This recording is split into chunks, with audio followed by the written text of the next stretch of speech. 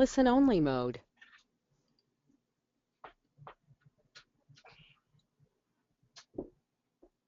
Welcome, everyone, to another Alliance for Community Trees webcast. I'm Sarah. I'm going to be your moderator for this session, and we're just so excited to get started to talk about the power of regional action.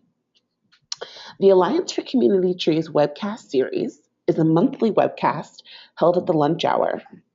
The trainings leverage local successes by amplifying to a larger audience two model organizations' methods, materials, and approaches. Sessions last no more than 1 hour, with two presenters speaking on the same topic from slightly different perspectives. This session is being recorded. Most state landscape architecture boards require a certificate of completion, which we're happy to provide after the session upon request. This is a program of Alliance for Community Trees, the only national nonprofit dedicated to serving grassroots organizations and municipalities that plant and care for trees where over 90% of Americans live, in cities and towns. These webcast sessions continue to be free for AC Trees members only and cost $55 per non-member participant. Not a member yet? Visit actrees.org and click Join Now to become part of our alliance. Today's session is the power of regional action. Community forestry practitioners often serve counties, municipalities, or individual districts within cities. Now, regional entities within states are becoming increasingly common to support and advance local interests in community trees. Regional councils provide unique support and leadership to diverse stakeholders across county boundaries, addressing watershed, forest health, and sustainable development concerns. Equipped with a broad perspective on trends affecting community trees in metropolitan areas, regional urban forest councils strengthen local capacity to advocate, care for, and plant trees. Our first presenter is Oscar Mestas. Oscar is the regional urban forester for the Mountain West region in southern Texas. He is the Texas A&M Forest Service representative for Far West Texas, and his area covers 24 counties. Oscar's primary responsibilities include helping communities build self-sustaining urban forestry and tree care programs by encouraging them to support and form advocacy groups, hire professional staff positions, conduct tree inventories, and develop ordinances and policies. Before joining the Texas Forest Service over 25 years ago, Oscar was a park area superintendent in Houston. A founding member of West Texas Urban Forestry Council, also known as Los Tri Amigos, Oscar contributed to the development of the tree planting guide and poster for El Paso, southern New Mexico, and Juarez. He is also an ISA certified arborist and an SAF certified forester. And Oscar joins us now. You should have keyboard and mouse controls. Welcome, Oscar. Oh, thank you, Sarah. Hello, everybody. Let's see. I guess I do have my arrows working, so we can start. Thank you. And as Sarah said, I'm Oscar Mestas with Texas A&M Forest Service, and I'm officed in El Paso, Texas, which is West Texas. You'll probably hear me say Texas Forest Service, which was our name before we had our change a couple of years ago, interchangeably throughout the presentation. So I'll be depending on what I'm talking about. So let's begin with my region. And whoops, a little too fast there. So Texas is a very diverse state. For all of you who've never visited Texas, you can see by this rainfall map how diverse it is. I'm here in this far west section of Texas, in this orange area, and that's El Paso. And you can see where it says under 14 inches of precipitation a year. We get about 8 inches here in El Paso. And I used to work way over here in this blue section in Harris County where the rainfall's 40 to 50 inches of rainfall a year. And I worked for Harris County Precinct 4 Parks Department. So it is a very diverse state in rainfall and diversity is vegetation. So the mesquite trees in West Texas are a lot smaller and shorter than the mesquite trees, say, in San Antonio. So you can see in the vegetational areas of Texas, I cover what's mostly called the Trans-Pecos area, this number 10, which is the mountains and basins. So this is where our mountains are in Texas. Our highest peak is 8,700 feet in Guadalupe Peak. And in the basins, mostly is Chihuahuan Desert and grasslands. So you can see the different parts of Texas have different, from high plains to rolling plains to Edwards Plateau to piney woods, very diverse. So that's why I think it's important to have representation in different parts of the state, especially for large states such as Texas.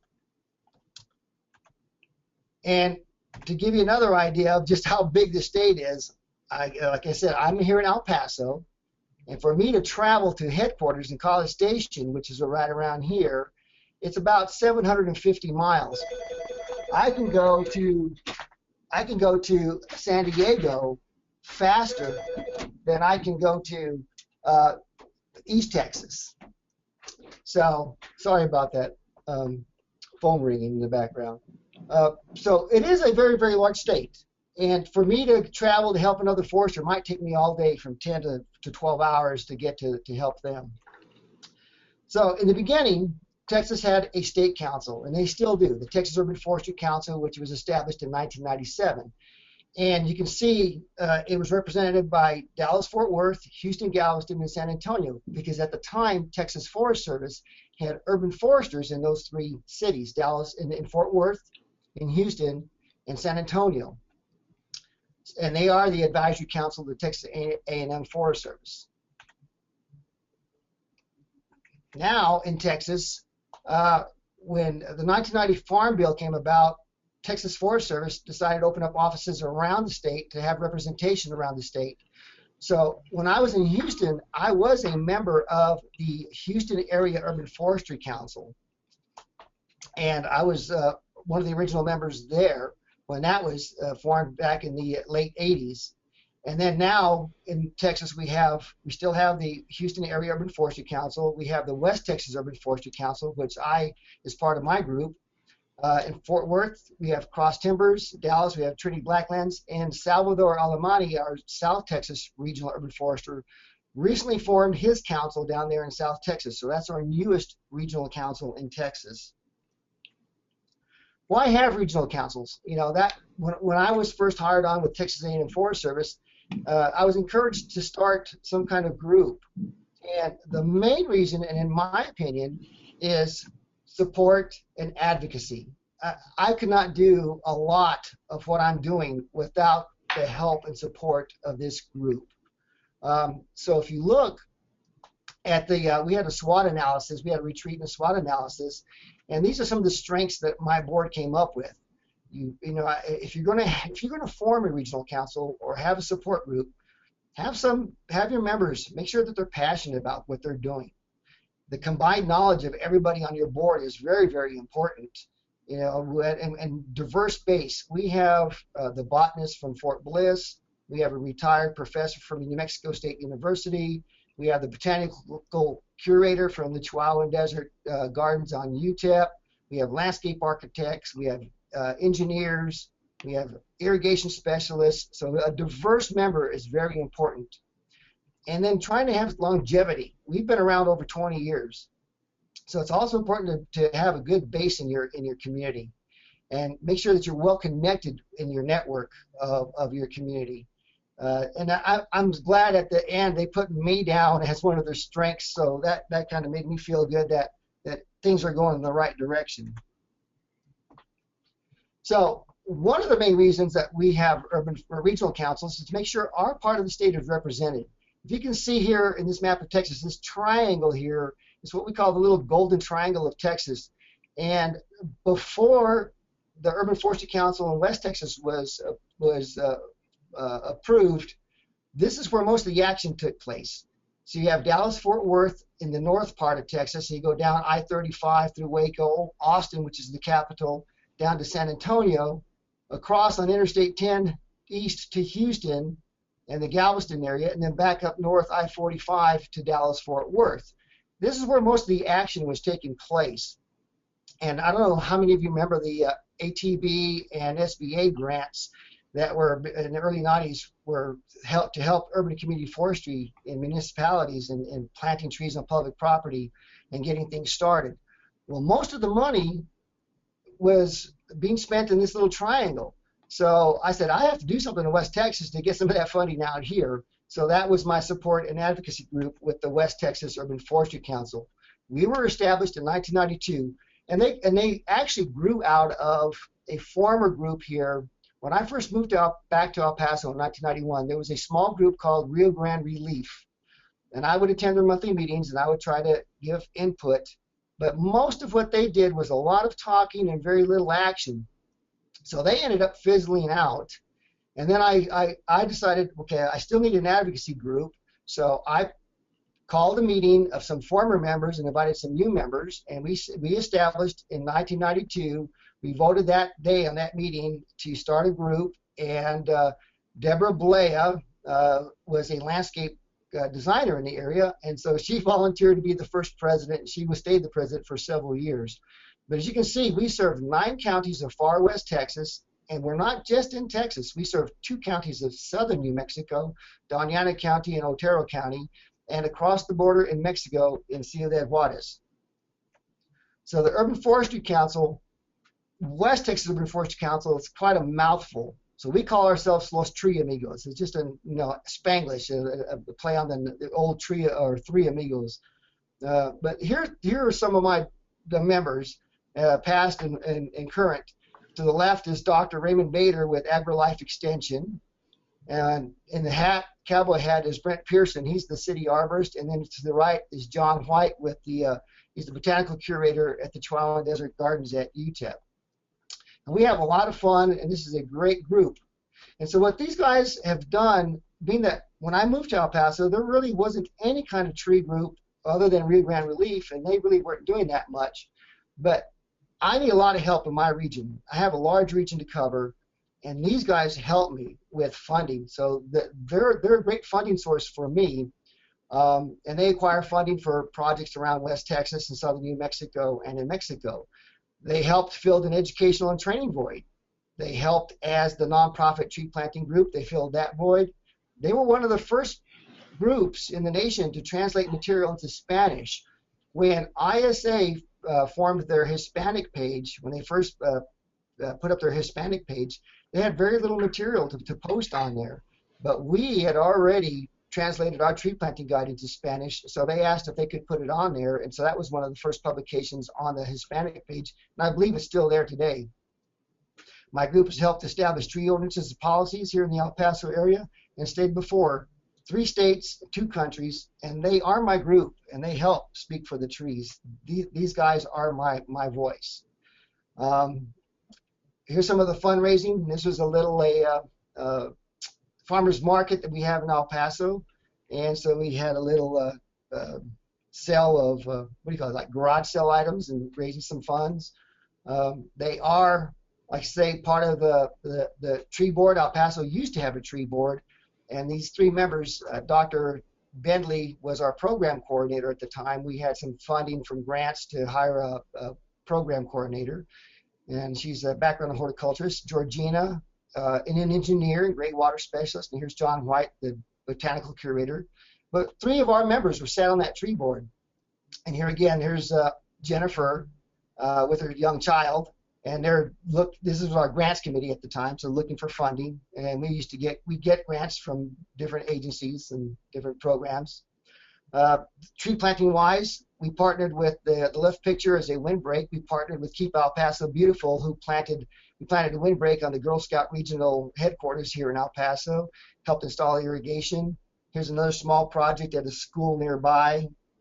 And then we have, workshops. To the left is arborist out of Lubbock, James Tuttle, who owns an airspace. El Paso is still learning, and so they had never seen the airspace. So we brought somebody in from out of town to demonstrate what an airspace would do.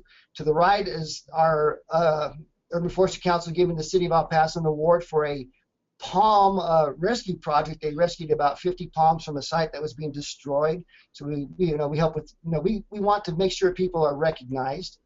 And education, we try to find topics that fit the times. Last year, our Sun Country Landscape topic was sustainable is attainable, because we're working with the Sustainability Department of El Paso, water conservation, planning and design. We want to make sure that these people have the latest information, so we bring in regional speakers to talk about regional issues. Here's some more training. We have a couple years ago, Xeriscape is really big, and a lot of times that gets confused and turns into Xeroscape. So we brought in a conference to talk about, we're going to redefine Xeriscape and tell people what it really is. A workshop for some arborists and contractors here in town. Tim Johnson from Arizona came in for that. So that was a great workshop for us. And then across the border, here's a young little lady who received a young pine tree for this project that we had in Mexico. This, many of you may have heard the fence. Here's the border. United States to the north, Mexico to the south, and here's the border, this green line, there's the fence. So this is Sunland Park in New Mexico with an air monitoring station for air quality. And right to the south of them is Anapra, Chihuahua, and it's a colonia with dirt roads. And all the particulate matter would float across, and it would get captured at the air monitoring station. So EPA, they were always having in violation of particulate matter 10. So we said, what can we do? Well, we can help by sending some trees over there. So we got together with a nonprofit group in Mexico, Las Hormigas, and gave 2,000 pine seedlings, Italian stone pine and Afghan pine, which are very drought hardy and would work well. And so it helps the community there, and in the long run will help with, hopefully, the air quality in that part of southern New Mexico. Fort Bliss is a big part of El Paso, working with them. Like I stated earlier, one of our board members is the botanist on post, and so we work with them. This was during the 9/11 ceremony we had several years back. And also, not just in El Paso region, but to the other part of my region. This is, many of you may have heard of the Rock House Fire. It burned over 400,000 acres. It traveled from Alpine, Texas, where it started, north, and it ran through Fort Davis, Texas, 35 miles in less than an hour. And so it burned some few structures there in the Fort Davis area, this community there. A very large fire. So the Native Plant Society of Big Bend wanted to do something for that area. So here again, they partnered with the West Texas Urban Forestry Council, and we targeted the people who lost structures, and we gave them, 15-gallon size trees of their choice, fruit trees, shade trees, whatever they wanted, 3 to 4 of them to plant back on their properties just to get them started. So, councils are important. I can do a lot here in West Texas as the state agency representative, but I can't do it all, and I need a support group and an advocacy group. And last, basically, just have fun with your group. You have a diverse group of people. It's a lot of fun. It's a little bit of work, well, maybe a lot of work, but that's pretty much what I have. And here's my contact information. And thank you very much. Thank you so much, Oscar. What a rich presentation and a wonderful example of partnership and collaboration in West Texas. If you have questions for Oscar, please type them in the questions box on your GoToWebinar control panel, and we will read them. Just to start us off, Oscar, you mentioned that you are a state employee, and that this group, West Texas Urban Forestry Council, is kind of your friends group. Can you talk a little bit more? You mentioned them supporting your work initiatives through funding. How does that work? So do you go to them with ideas? Do they come to you with ideas? Could you outline a little bit more of the process for your collaboration? Sure, that's really important. Like I said, I'm a state agency, or Texas A&M Forest Service is a state agency. So as you know, we are limited in a lot of the funds that we have to do things. And as the state representative in my region, I get a lot of requests, for tree planting projects around my area. So, for instance, the Metropolitan Planning Organization called me yesterday, and she wants to do a tree planting project somewhere in El Paso. We talked about it. They have some funding, so then I will go to my Urban Forestry Council and ask them, hey, we have a project. Can we match that?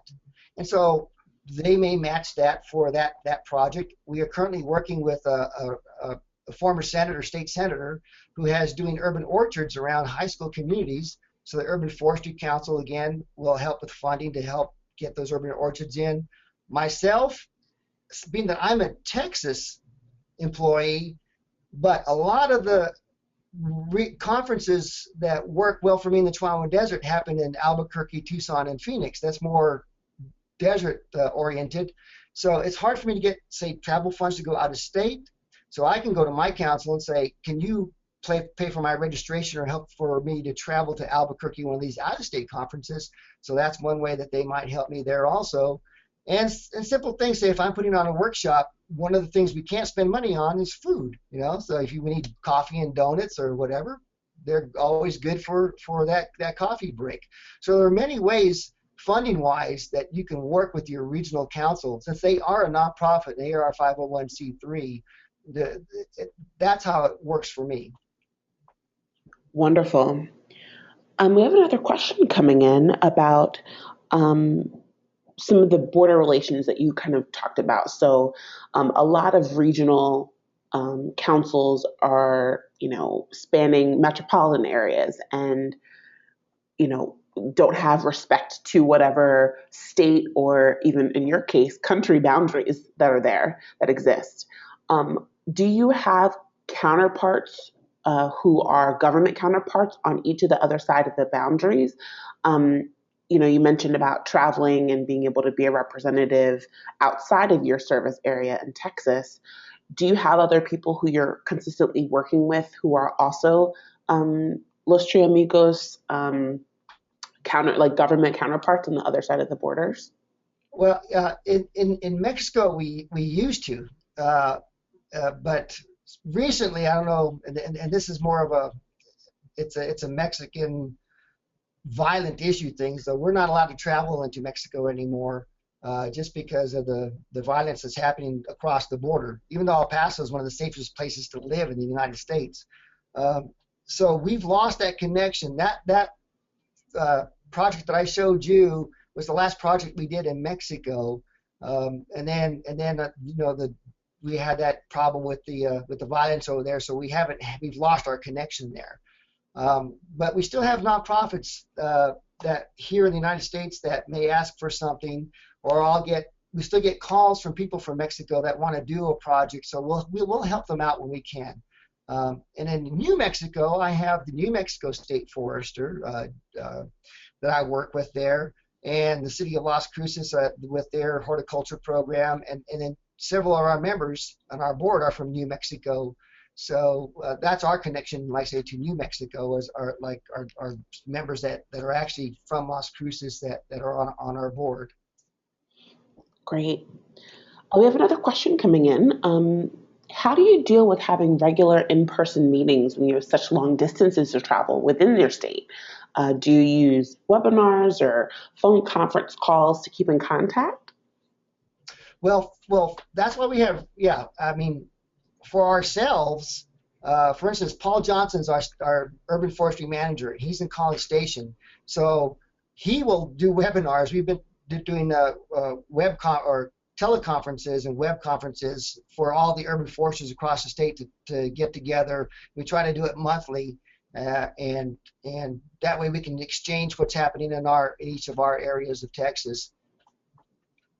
Sure. Makes perfect sense. Another question, since you were talking about some of the climate challenges in your area with dealing with maybe air pollution issues and dealing with being in a desert, what are some of the maintenance things that you have implemented, either maintenance procedures or maintenance recommendations, being a part of a regional entity, one would assume you have a lot more influence to be able to standardize, tree planting and in your bio, you said you created a guide on tree planting. What is the procedure with once you get trees in the ground, making sure that they survive? Well, that's a good question. Here in El Paso, in the West Texas, water is our biggest issue and concern with planting things. It's very hard to grow anything on 8 inches of precipitation a year. So here again, when the council first started, one of our members is still very active people with us is the El Paso Water Conservation Officer, because people are going to plant trees on homes and communities are going to plant trees. So working closely with the Water Conservation Department is very important with our council. And if you may have noticed on those Sun Country Landscape Conference, the Tech H2O Center is our water conservation technology center here in El Paso. So we partner with them to have the conference there. And we're always sending the message, the right tree in the right spot and the right reason. And also, we have to take into consideration the type of tree, because we are very hot, very dry, but we want to make sure that we do have trees, but not waste water. So that's a major concern, and a good partner that we work with. As far as with the board, the West Texas Urban Forestry Council got together with a city arborist and developed a policy manual for the city. So we would sit down and we developed a policy manual on design, on planting specifications, protection specifications, preservation specifications, and everything that goes from anything from irrigation installation to mulch to planting. So the Urban Forestry Council, four of the members that were on that committee were from the Urban Forestry Council, sat to develop the policy for the specification manual for El Paso. Wonderful, wonderful. Last question. So, speaking about operations, do each of the regional councils that you mentioned in Texas, do you all have kind of standard procedure? Do you have, yearly goals? Do you have anything that kind of unites all of the regional councils to make sure that everybody is um, operating in lockstep? That's a good question. We're actually all pretty autonomous. I mean, we kind of do our different thing, and the only thing that's connecting us are the regional urban foresters, because we're sort of as the facilitators, or we're there to be involved with each of our councils. But we all have different issues. In Central Texas it may be oak wilt. We don't have that issue here. In East Texas it may be drought and losing pine trees. So each of our regional foresters is the connection in the state, and each one helps work with their regional council to develop whatever is going on in that area. And so that's how it works for us. But we all have so many. It's so different. Like I said, the state is so diverse. They'll be dealing with something different, completely different than when El Paso is different. And El Paso, we've always been water conservation minded. Now the rest of the state is, because of the droughts we've had. So we may help them out with, this is what we've done in the past 10 years. Maybe you can implement that in your part of the state. Wonderful. It looks like diverse needs across Texas. So thank you so much for all the hard work that you're doing in West Texas, and we look forward to revisiting you at the end of the session. Yeah, and just lastly, all they're all volunteers. As far as I know, none of the regional councils have paid members. Maybe, like I said, we had a program coordinator for a while through a grant, but almost all of them are volunteers. Passionate people in West Texas. Yes. Excellent.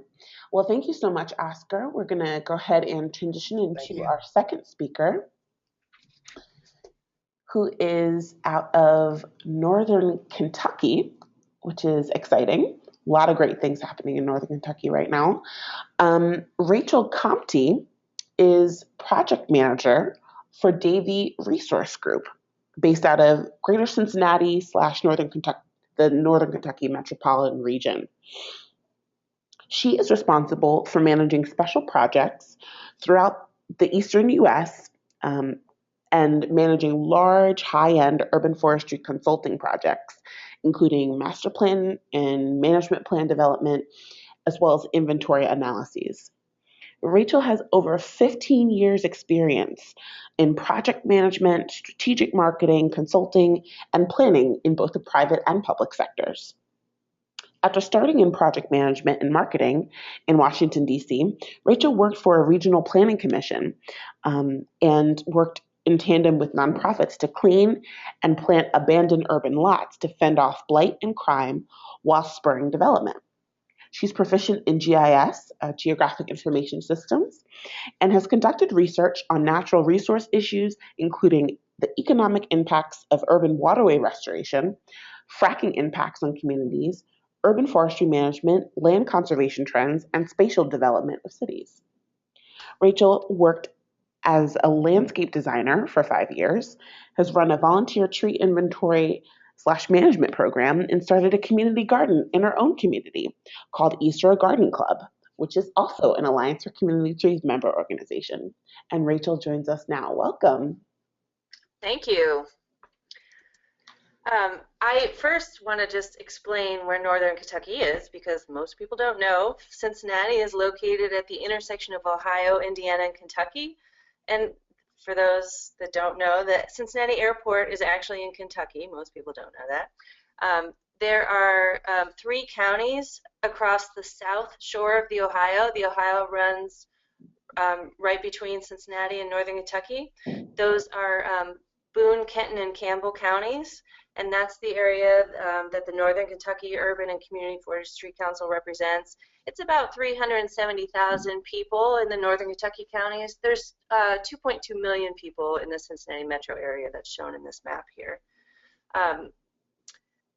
This is actually, just so you know, this is a photo of downtown Cincinnati, and you can see Northern Kentucky is everything on the south side of the river.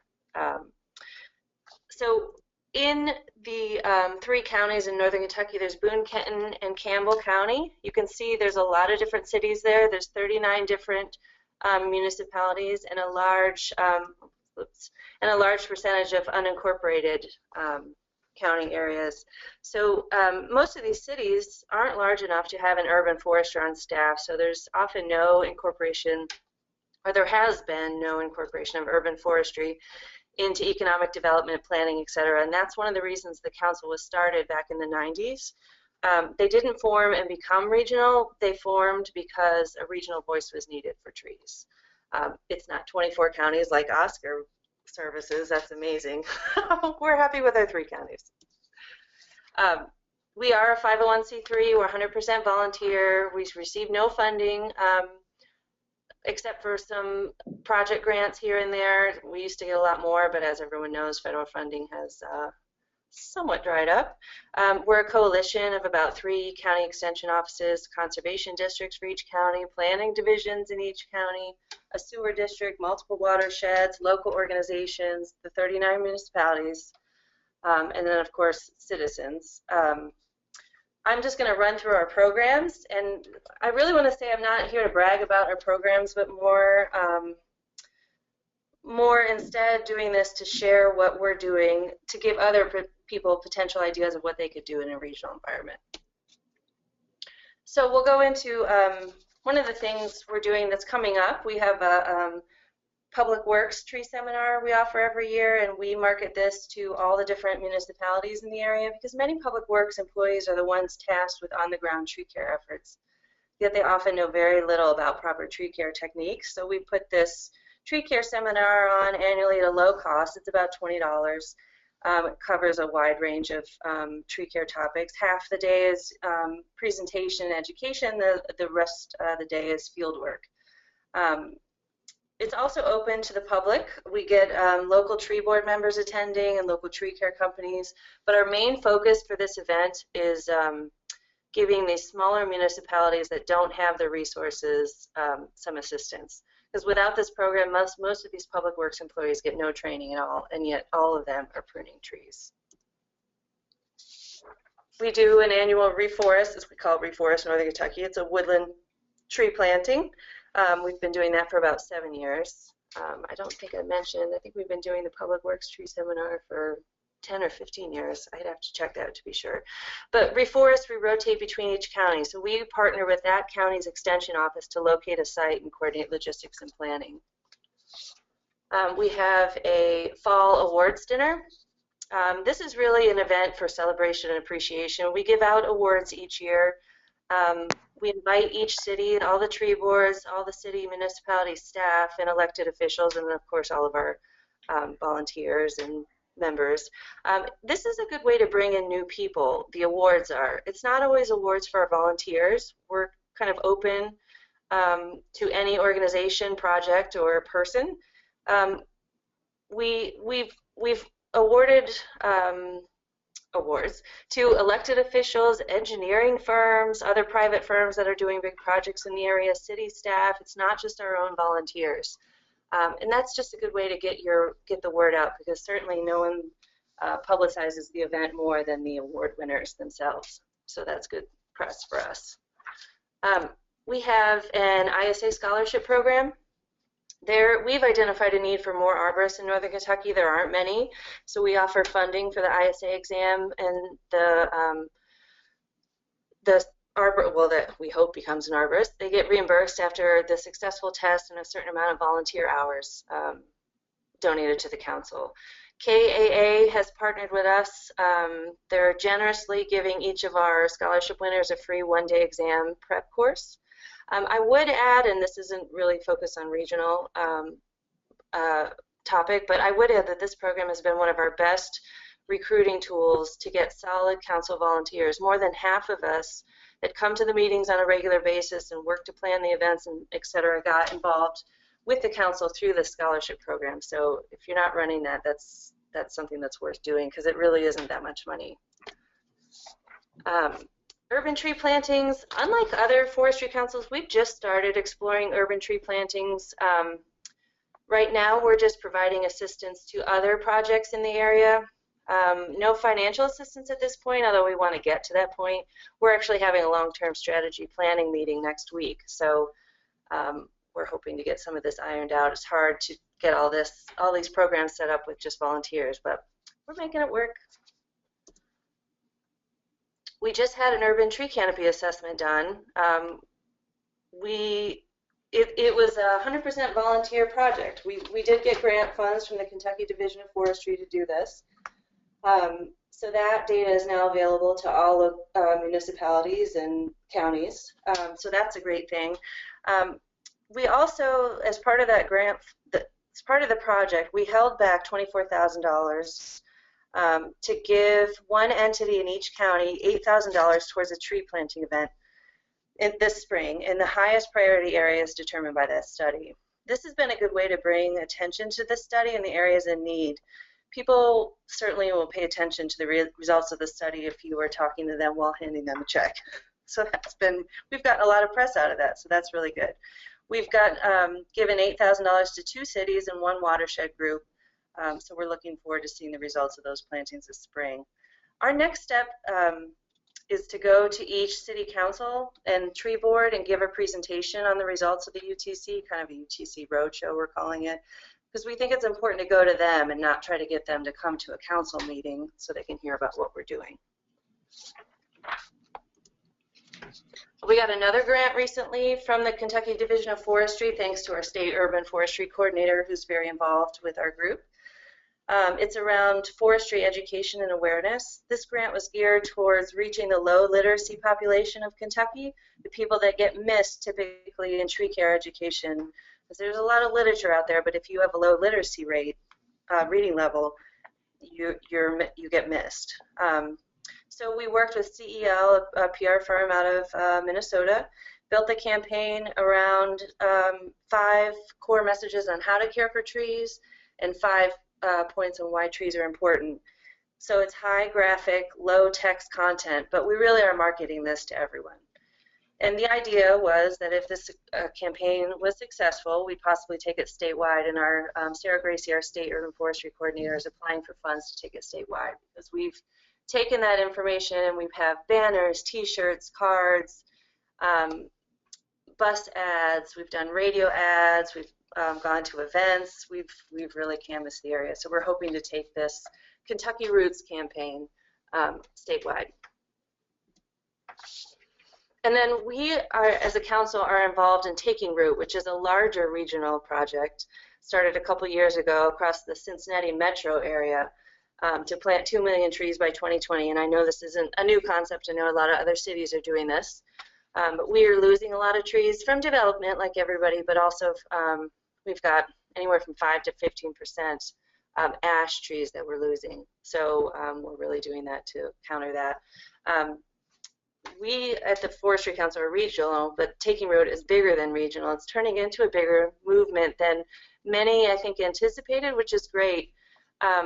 They have this organizational chart that if you go to takingroot.info and check out all that they're doing, it's really an amazing way they've organized themselves. Their efforts are based on teams, either teams centered around expertise like marketing, education, school outreach, et cetera, or place-based, whether it's certain counties, certain states, et cetera. So our council is running the Northern Kentucky Taking Root team, and we just got an award at their annual meeting, so that was really exciting. We're happy to get that. So up next, we're going to be working to create and enhance the sponsorship program. We really want to go to where people are, not ask them to come to us. That's really something we're going to try and focus on these next few years. We need to be a resource to people and tell them we have technical expertise, we can possibly work on getting funding. We need to go to people's tree board meetings, to all the different city council meetings to see how we can help. So that's something we're going to try and do. The other thing that's coming up for us that we've just recently found out about is the Kentucky Department of Transportation. Let us know that they're going to be removing all the trees along all the state routes in Kentucky. And we're not quite sure exactly what that means yet, but it really reaffirms why we're here, because if we weren't here to address this, none of these smaller municipalities would. So we will be addressing that in the coming weeks, I think. So don't forget about us. We're on this side of Cincinnati. And here's my contact information. I would say there's KentuckyRoots.org, the NKYUrbanForestry.org. We have a new website that's going to be launching in a couple days. So I don't know that I'd really encourage you to go to this website because it is really dated. So maybe wait a couple days and then check out our site. And that's it. Thank you so much, Rachel. That was wonderful. So much partnership and collaboration, education going on in Northern Kentucky and the greater Cincinnati area. If you have questions for Rachel, be sure to type them in the questions bar on your GoToWebinar control panel. We have a few questions coming in.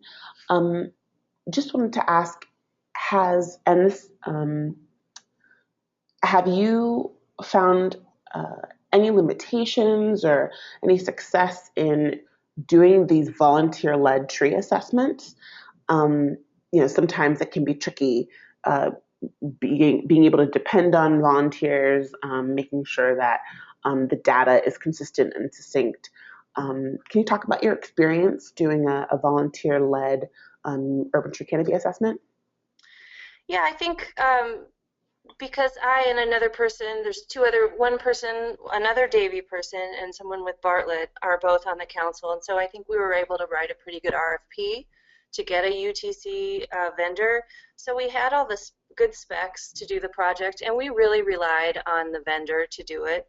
And I think we probably could have done a little bit more had we had a full-time staff person taking care of it. But we got good data, and now it's loaded up on a local GIS, countywide, multiple county GIS system so that it's accessible to anyone who needs it. So we have the data housed somewhere that anyone can use it. I think we could have done more had we had a staff person, but we now at least have the data to take to each city and say, hey, this is what your canopy is, this is where you need to improve, just give them the basic data, and we're steps ahead of where we were.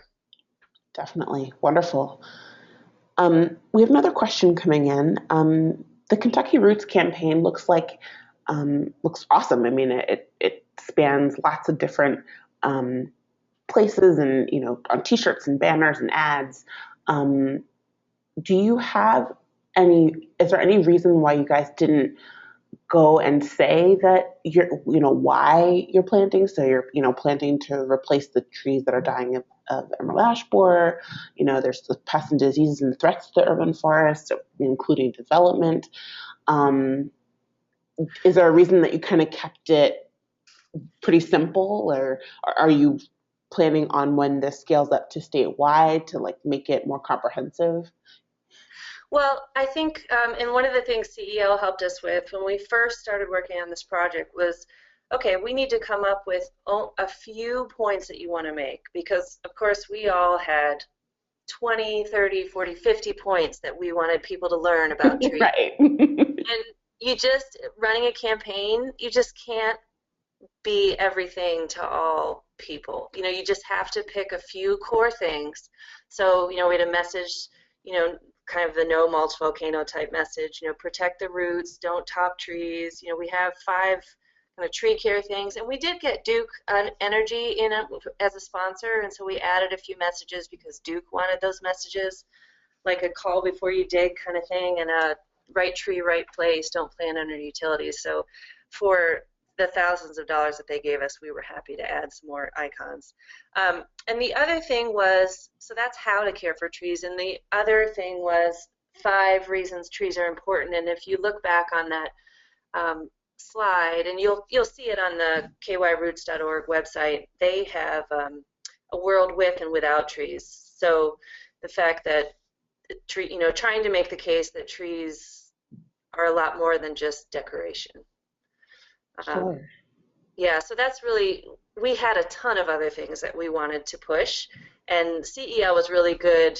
They know what they're doing in marketing and advertising, and they were saying what we did was probably a little too much, but push and pull. Great. Another question about your scholarship program. So you guys were able to identify the need for more professionals, more tree professionals in the area, and it sounds like it's pretty successful. Do you have any advice for anyone else looking to start up a scholarship program, and who can potentially support that, and who to partner with? And then the second part to that question is, of those who have gone through the scholarship program and gotten certified, do those folks stay in the area? Do they go into private sector or public sector work? Do you have any data on that? It really ranges. We don't offer that many a year, but we don't get that many people applying every year. So, and there's no deadline. We kind of do it on a rolling basis, and we honestly would do more. And I think at first, maybe, I don't know, 5-10 years ago, they were offering 100% reimbursement for all the costs, and we changed it to 50% reimbursement. Because I think when you're paying at least a little bit of it yourself, you've got kind of more skin in the game. But we will buy the materials, the study booklet and that kind of thing. We haven't had too many people leave town, get it and leave town, and they are all different levels, private, public. But because we require that they get involved with the council as kind of, we'll give you a scholarship if you promise to put in 10 hours of volunteer time, they kind of get to know us, and they're interested in trees anyway, and so they end up sticking around, and we've gotten just so many good people that way. That is wonderful. We're going to go ahead and open up the questions to both Rachel and Oscar. We have a question coming in for both of you. And the question is, have councils participated in any social justice initiatives? So, for example, planting trees to cool homes, lower energy output, or addressing social ills such as violence. Rachel, you mentioned priority areas to plant in the cities where the regional council serves. And Oscar, you mentioned planting to lower pollution rates.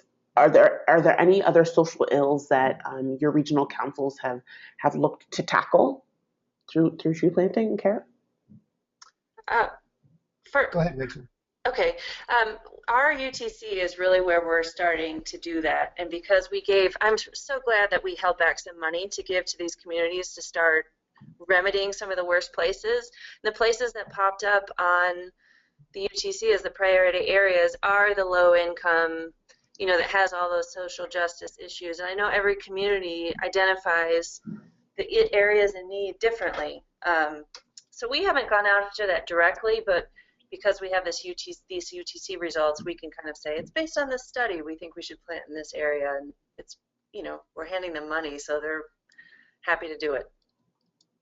Yeah, and here in the West Texas region, it's a really large Hispanic population, and we have what are called colonias out here, which are unincorporated areas that, I mean, folks don't even have the basics of water, or sewage or anything like that. So occasionally we'll look at and target some colonias and go out and help plant trees out in those colonia areas and just to help them, have a little bit of quality of life. And like I said, the air quality issue is something that we're working on and now are working with the community to improve. So yeah, as they come along, I mean, we don't specifically go out and target it, but it just kind of happens and comes toward us. And then if we're able to, we will help. Wonderful. And it looks like that those are all the questions. Do each of you have any other additional points you'd like to make before we go ahead and close out? Not me. I guess I'm pretty good. I mean, I don't know if I went into it like Rachel did, but El Paso is a city of 600,000 people. Across the border of Mexico and Juarez is 2 million people, and 100,000 just north of us. So it's a very populated area in the Chihuahuan Desert. And then my next largest communities would be Midland, Odessa, with about 100,000 each. So like she said, we're out here to help all the different communities and work with them as best we can. And Rachel brought up a good point. All these smaller communities don't have that luxury of having a city arborist or urban forester to help with them. So this is where we come in and help those fill some of those little voids there with training and education.